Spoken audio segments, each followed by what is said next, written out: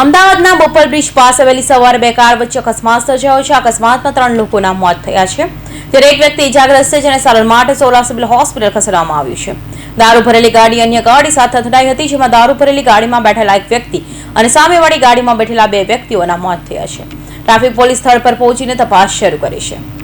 અમદાવાદના વકીલ સાહેબે બ્રિજથી રાજપથ ક્લબ તરફ વળતા રોડ પાસે આજે સવારે 5 વાગ્યે બુટલેગરની કારના કારણે 3 લોકોના મોત નીપજ્યા હોવાનો બનાવ સામે આવ્યો છે। બોપલ બ્રિજ પાસે વહેલી સવારે 2 કાર વચ્ચે અકસ્માતમાં પોલીસ સૂત્રો પાસેથી મળતી માહિતી પ્રમાણે ફોર્ચ્યુનરની સ્પીડ 150 થી 200 ની હતી, જો કે 200 ની સ્પીડ પર કાર ટકરાઈ હોવાનું જાણવા મળ્યું છે। કારનું સ્પીડ મીટર 200 પર બંધ થયેલું દેખાય છે। એફએસએલ દ્વારા પુરાવા એકત્ર કરવામાં આવી રહ્યા છે।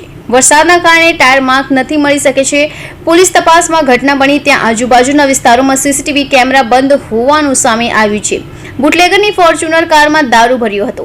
થાર ગાડીને ટક્કર મારી છે અને થાર ગાડીમાં બેઠેલા 2 જણ અને ફોર્ચ્યુનર ગાડીના 1 જણ એમ કરીને કુલ 3 મૃત્યુ થયા છે અને જે ચલાવનાર હતા એ ખૂબ ઇન્જર્ડ છે, એના પણ સારવાર ચાલી રહી છે। એટલે વહેલી સવારે થયેલા અકસ્માતમાં ફોર્ચ્યુનર ગાડીની સ્પીડ કેટલી છે અને આ સિવાય કોઈ અંદર બીજા વધારા ઇન્જર્ડ હોય અને સારવાર ક્યાંય કરાવવા પ્રાઇવેટમાં બી જતા રહ્યા હોય તો એ પણ તપાસ ચાલુ છે। અને અત્યારે હાલ તો જે કારનો ચાલક છે ફોર્ચ્યુનરનો એ પોલીસના કબજામાં જ છે।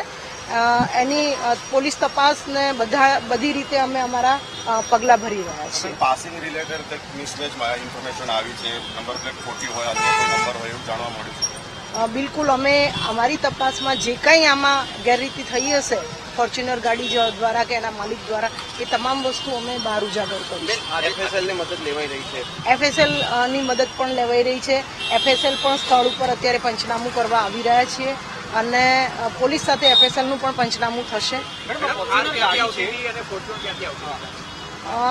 જે ફોર્ચ્યુનર ગાડી છે એ શિલજ તરફથી આવતી હતી અને થાર ગાડી છે એ બોપલ તરફથી આવી અને વળવા જે આપણો વાયએમસીએનો કટ કહેવાય છે, એસપી રિંગ રોડ, રાજપથનો કટ કહેવાય છે એસપી રિંગ રોડ પર, ત્યાંથી વળવા જતી હતી અને ફોર્ચ્યુનરે એને ટક્કર મારી છે। ફોર્ચ્યુનર ગાડીની નંબર પ્લેટમાં JJ18BK 9808 નંબર છે। આ નંબર પ્લેટમાં મારુતિ કંપનીની અલ્ટો ગાડી છે। એક જ નંબરની 2 ગાડી હોવી શક્ય નથી, જેથી ફોર્ચ્યુનર ગાડીની નંબર પ્લેટ ખોટી લગાવવામાં આવી છે। ઓન પેપર આ નંબરથી અલ્ટો ગાડીની છે, જેના માલિકનું નામ પણ જયંતી હોય તેવી શક્યતા છે। પોલીસે આ દિશામાં પણ તપાસ હાથ ધરી છે। કૌશિક પટેલનો report, Hind TV news, Surat.